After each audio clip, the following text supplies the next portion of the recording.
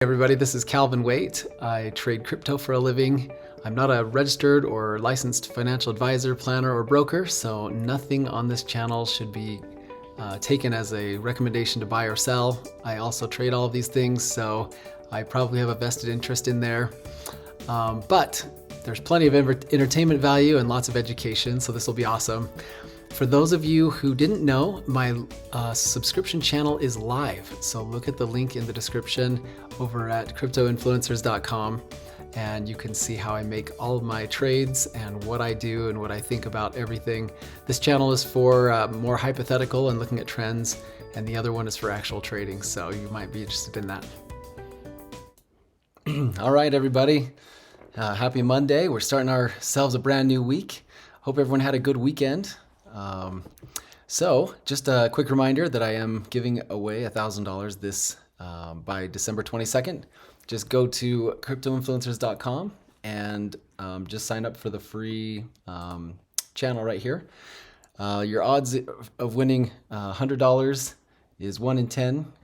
So almost to the 100 subscribers. So I appreciate you guys supporting me there. All right, let's just get going. I'm looking, so we just had our weekly close.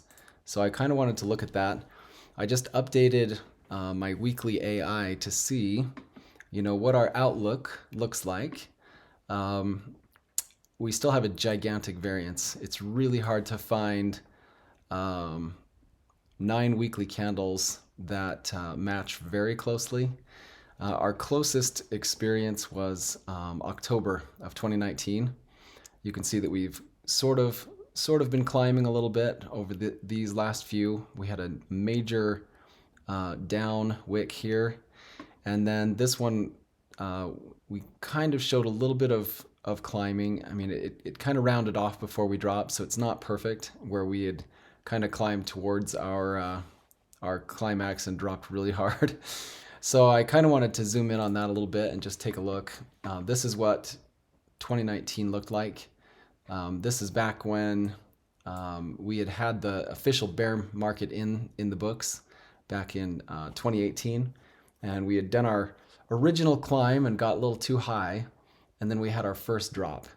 And so this is supposedly matching with this here. And I looked to see why wouldn't this have been a closer match. This one dropped about 19%. This one dropped almost 20%. So the drop was bigger. Also, the shape of this, we were declining pretty good before we actually dropped. And here we were rising. So this was the closest match for showing a little bit of strength and then just completely dropping off. And what did we do next? Well, the answer is we had a wild candle. This is not a very pretty candle.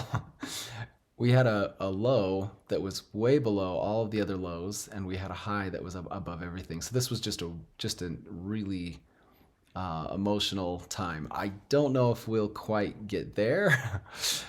This is our current candle that we're working on right now, and you can see that we've only had a day to really do anything, but the indication is that our most like scenario is that we'd have a pretty decent green.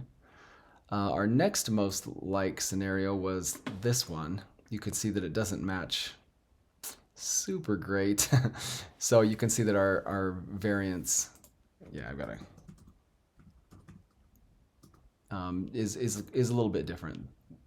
So these data points become less probable. But so that was one situation. This was another, and then it kind of goes down.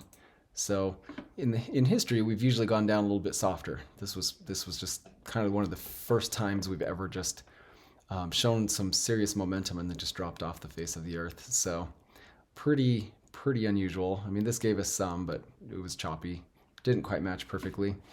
But overall, the average, there's nothing, there's a slight positive, but nothing crazy. So we probably just need to wait for a little bit more data, a few more weeks in the books, and that will kind of help us there.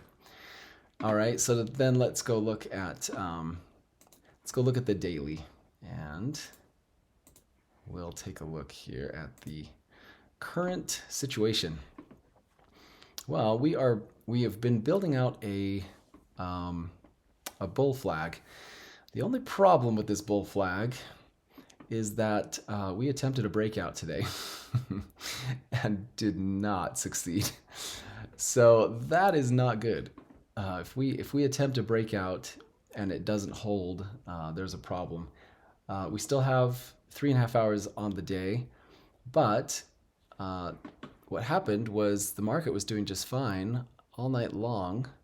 We'll go to a 1 minute candle, and then let me pull in our S&P. So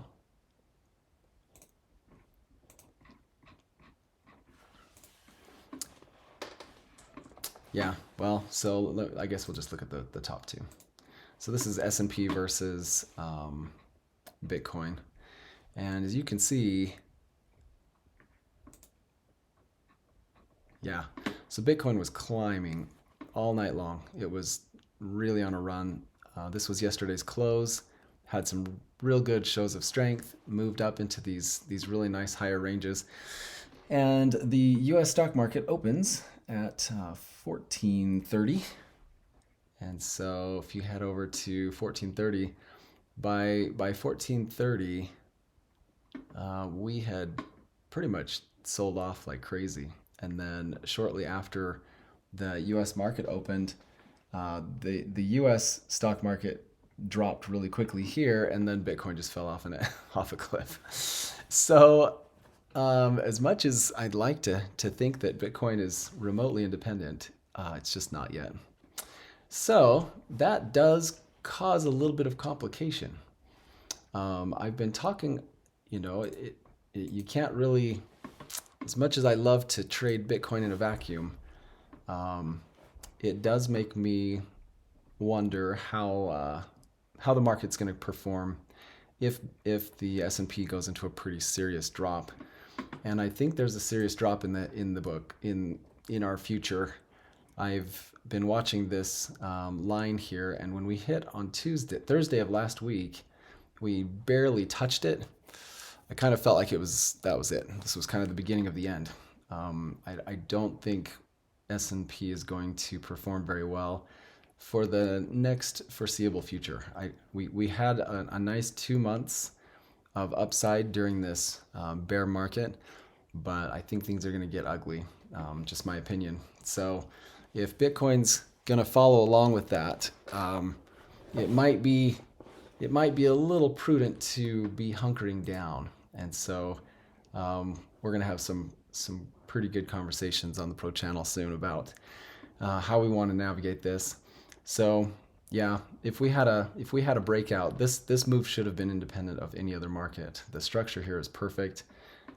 We were well on our way to having a breakout, and then the U.S. markets came in. So not very pretty. So but anyway, that's our day so far, and our weekly candle looks decent because we've found really nice support off of this bottom descending channel here. It's a falling wedge, and the next likely move would be to move up to either resistance here or our midpoint here. So we'll see how it plays out, but it's really a wild card with the S&P because I think the S&P is going to show a lot of weakness. Okay, so that's pretty much what I wanted to talk to you guys about a bit with Bitcoin.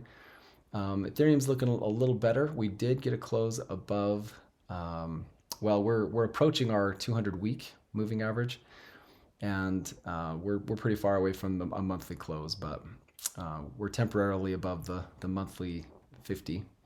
So anyway, we'll see how this continues to play out. It's certainly going to be following Bitcoin. But we had a nice big candle, so hopefully that'll give us some momentum this week. As far as alts, everything was looking pretty good, and once Bitcoin kind of fell off its cliff today, almost everything fell pretty good. There are a couple that held on to their gains. Litecoin was up pretty good earlier. It's still looking okay, but yeah, we were all the way up at 80, almost 85. So some pretty impressive performance on some of these. So anyway, we'll see how things go. We're gonna just be patient through this bit of a crypto winter that we're dealing with. We've been moving down for a long time, and I know that timing wise and everything, we should be showing strength. But my main concern is that if unemployment increases, I think that might make Bitcoin a little difficult. So we'll have to see how that goes out. But anyway, I hope everyone has an awesome day. We'll keep following this, and we'll keep our finger on the pulse as we go throughout this week. I would normally expect, if there was no exterior factors, that this would be a pretty solid green week. But we'll see how it plays out. We'll catch you all tomorrow. Thanks for making it to the end of my video. Make sure you keep those trades small. Don't force a trade. Don't get impatient. And if you want to see how all this works, please come over and check me out on the subscription channel at cryptoinfluencers.com. Again, the link is in the description.